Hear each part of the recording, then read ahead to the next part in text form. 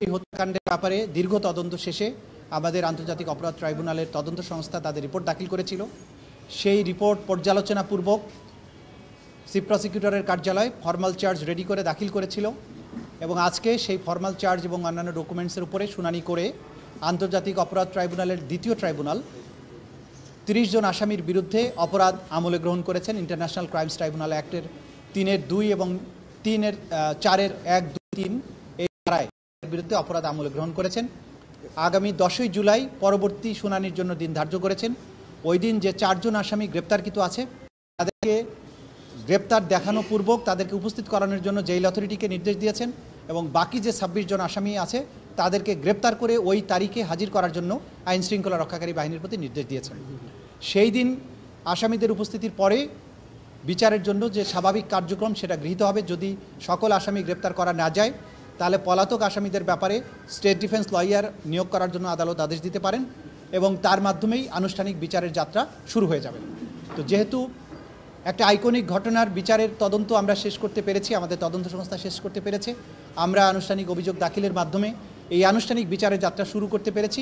আজকের এই মুহূর্তে আমরা জুলাই বিপ্লবের শহীদদেরকে আরেকবার স্মরণ করছি এবং দেশবাসীকে এটা আশ্বস্ত করতে চাই যে আন্তর্জাতিক অপরাধ ট্রাইব্যুনালের তদন্ত সংস্থা এবং প্রসিকিউশন দিনরাত আপ্রাণ চেষ্টা করে যাচ্ছেন এই বিচার, যেটা জাতির একটা বড় প্রায়োরিটি এবং ভবিষ্যতে এই অপরাধের রিকারেন্স ঠেকানোর জন্য রাষ্ট্রকে যে জায়গায় যেতে হবে সেই জায়গাটা নির্ধারণ করার ব্যাপারে আমরা দিনরাত কাজ করছি।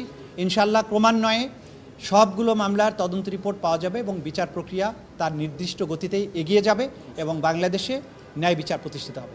এসএমসি ওটসালাই এলো আরো উন্নত নতুন প্যাকে, জীবন বাঁচায়, জীবনকে এগিয়ে নিয়ে যায়।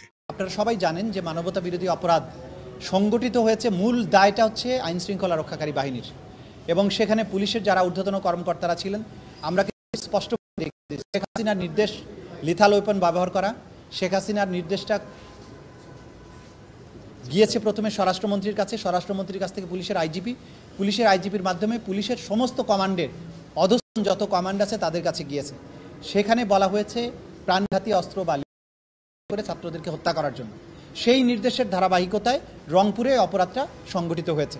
সুতরাং সুপিরিয়র দায় হচ্ছে শেখ হাসিনার, আসাদুজ্জামান খান কামালের, আইজিপির, পুলিশের রংপুরের যারা ঊর্ধ্বতন কর্তা ছিলেন তাদের ব্যাপারে ঊর্ধ্বতন দায় এখানে এই মামলাতে পাওয়া গিয়েছে এবং তাদের ব্যাপারে চার্জশিট দাখিল করা হয়েছে এবং পাশাপাশি অক্সিলিয়ারি ফোর্স হিসাবে আওয়ামী লীগ এবং বিশ্ববিদ্যালয় প্রশাসন এই ছাত্রদের আন্দোলন দমনের ব্যাপারে পুলিশকে কিন্তু সরাসরি নির্দেশনাও দিয়েছে। সরকারের পাশাপাশি বিশ্ববিদ্যালয়ের ভিসি সহ বিশ্ববিদ্যালয়ের প্রশাসন, ওই সময়ের প্রশাসন যারা ছিল তারা সরাসরি পুলিশকে উস্কানি দেওয়া নির্দেশ দেওয়ার কাজ করেছে। যেহেতু সুপিরিয়র অবস্থানে থেকে এটা করেছে সেজন্য সুপিরিয়র রেসপন্সিবিলিটি বিশ্ববিদ্যালয়ের যারা ঊর্ধ্বতন কর্তা ব্যক্তি যারা এই মামলার আসামি তাদেরকেও এই দায়ে দায়ী করা হয়েছে। তবে মূল দায়টা হচ্ছে সরকারের, শেখ হাসিনা থেকে শুরু করে পরবর্তী পুলিশ অফিসারদের। আমরা একদিনও বেশি সময় নিচ্ছি না, নেবও না। যথাসময়ে বিচার শেষ করার জন্য যা করা দরকার সেগুলো আমরা করব। বাকিটা নির্ভর করবে আদালতের কার্যধারার উপরে এবং সেই এখতিয়ার আদালতের।